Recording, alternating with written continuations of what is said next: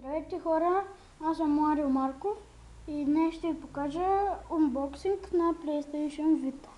Ето го PlayStation. Аз съм си го взел на Invisimal. Добре. Ето. Отзад до... Нека го отворим.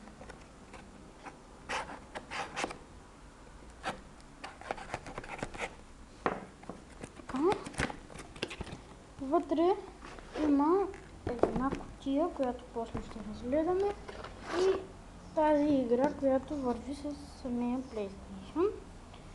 Invisimal. После ще видим и нея. Добре, какво се държа в тази кутия? Отваря нея. Тук има тиксо.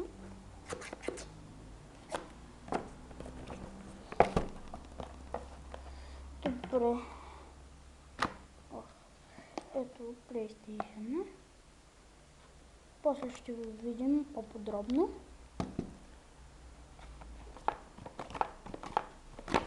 Тук има джобче с зарядното му и тези инструкции. Добре. Това са карти PlayStation Vita. С тях се играят игри специални, примерно като тази игра. Вкъщи.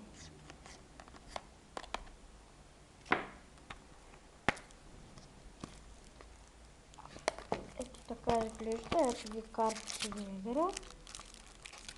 И съответно чипа, който се вкарва в PlayStation.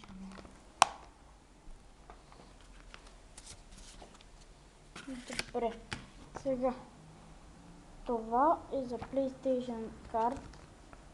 Това е игри. Това е настройките за интернета. Има ги на много различни езици. Както виждате, на италиански, испански, немски, руски, португалски, български, на всякакъв език. Добре, това е за PlayStation Plus, нещо като Google Play на смартфоните. И това е кода за влизане. Това пак е инструкции. А пък това е инструкциите на PlayStation. Ето, можете да се го видите. Дават на 6 различни езика. И сега да видим PlayStation.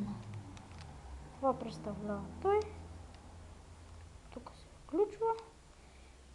И това беше за сега от мен. Другия епизод ще ви покажа. Какво се държа в този PlayStation. Този има.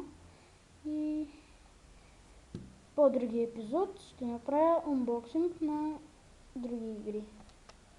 И след това ще снимам игри на компютъра, както знаят всички. И после другите епизоди вие сами ще виждате. Ако ви е харесал този клип, дайте палец нагоре и се абонирайте за моя канал. Това беше от мен.